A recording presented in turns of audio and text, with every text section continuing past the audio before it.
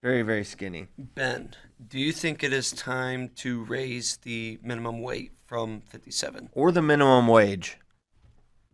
Man, it's so crazy to think about because historically speaking, minimum wage. I got this book. I'm gonna recommend this book. Look at this. It's on my desk right here. Nancy P. Minimum wage. This is Principles of my bad. economics. This is Safety You did Namus. this. He is so amazing. Yeah. He'll tell you. I love that he had the he'll tell book you right there. Minimum wages for losers. If two people can agree on a fair wage, then that's what it should be. Wow. Minimum wage just puts people out of work. Because McDonald's just make a kiosk versus hiring an employee at $17 an hour. Anyways, besides the point. What were we talking about again?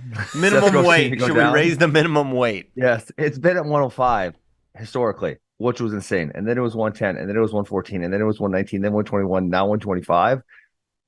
I actually feel like there are some dudes at 125. I think that's a fine minimum weight. It does make it harder to make being at the day of weigh-in makes it maybe a couple pounds, but a Spencer Lee, Zane, Soriano, these guys look like that's the weight class for them. And then obviously in other nations there are average smaller people, so I think 125 is fine. I think it's a good question, but I also agree. And I think the issue is they took away the Olympic weight, which made it weird. So if we could somehow get 60, 61 back, I don't think it would be weird at all. No, that's the issue right that's there. The that's issue. the whole issue. Yeah. So if they gave that weight back, because that was such a great weight. And I think I do think if it was 60, I don't know. I feel like that. You're saying 60 is the lowest? If hypothetically we made 59 or 60 the lowest and kind of eliminated that. I don't know, Christian. I think you put some people out of contention a little bit. I feel like another one that's really small would be in Eric Sanders or something like that. Like that feels like these people are really bigger than him, and that just wrestling is one of those things that is kind of for everyone, and so you should have appropriate weight classes. I think 125 is fine. I think part of the problem is that there is no 61, and so then it's 65, and we're talking some of these people are just too small for that. So then you feel bad and you want to bump the minimum weight up. If we just had an appropriate amount of weight classes, which is probably we're not going to get to 10, probably 8 or 9 would be the real appropriate amount, then you wouldn't feel this way because you'd be like, okay, the 57's got 57, the 61's got 61, and we're good to go. Someone asked me, is it possible if the Olympics ever, and this is crazy to think about, but if the Olympics ever got rid of Greco, could they go 9-9? I heard they were doing that. Oh, no, I haven't heard that. I don't think they're going to do that. Really? Yeah. That was a rumor I heard. This is many years ago. So the rumor I heard, this is years ago, so I have no idea what's coming to fruition, that they were going to go, they wanted men and women to be even, which seems like a thing that people are doing these days. So they were going to go, what was it? Smart. It was 8 men's weights, 8 women's weights, and 2 beach weights in each style, or two beach weights in each gender, men's and women's beach weights. 2 so you beach had weights. 10 medals in both wrestling. Okay. Men's, women's wrestling, and female wrestling. Well, I would be all on board with 8 weights. Yes, and if we had 8 also. weights, would we even have the non-Olympic weights at that point? Or do you just go all in with 8? I think you go all in with 8. I would like that. I think you probably that. I think if you make it smart and you don't have a 26 kilo gap between 74 or 26 pound gap, you could just good shape. Do the only one that a 9 is probably perfect because the only place I feel a little bit excessive, so I would just slide them down. But I feel like 92, 97 heavyweight, that's just kind of a little too much. I think you could go like a 86, 95. You could even go down, the 79. Sorry. So go from 74 to 75, 75 to, or 79 to 80, and then like an 85. So you kind of got equal gaps, and then go like 85 to 95, somewhere around there, 97, somewhere in there, and then heavyweight. Yeah. Have I'm down with classes. Selfishly, it is kind of nice that there's only 6 because we get some insane matchups that we would not otherwise get.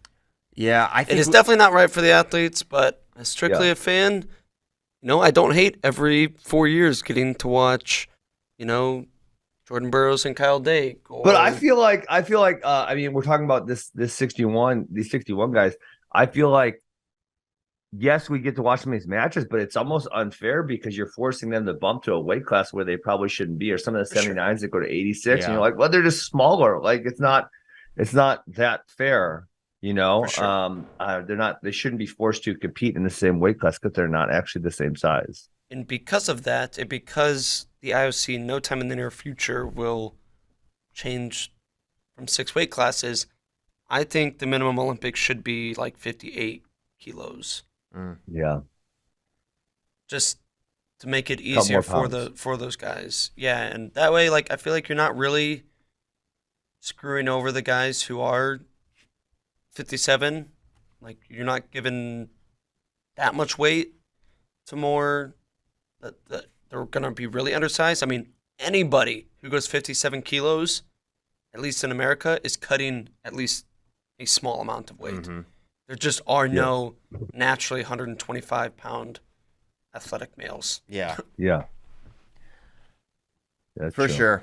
I think for all the dream matchups we get by the condensing of the weight classes, you literally would make up all of it just by having 60, 61, because that was just like the most fire weight class.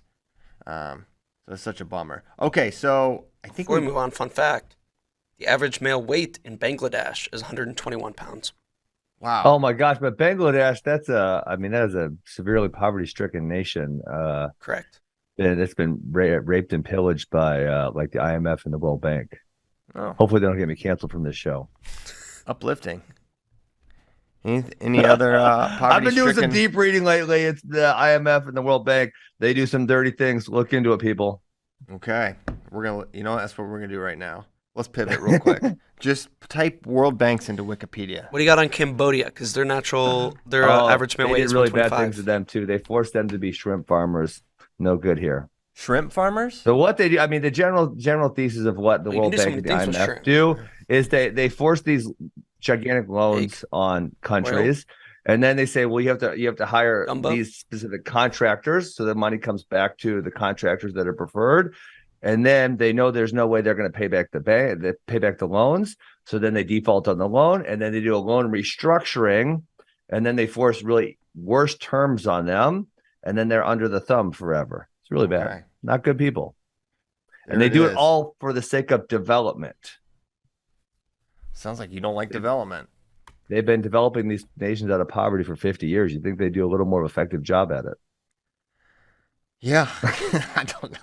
And the 70 kilograms we go. Ben, I don't think about this stuff as much as you. I can tell you that. I don't either. I started reading books. I'm like, oh my God, this is freaking insane. How is this happening? Yeah, it's sad enough,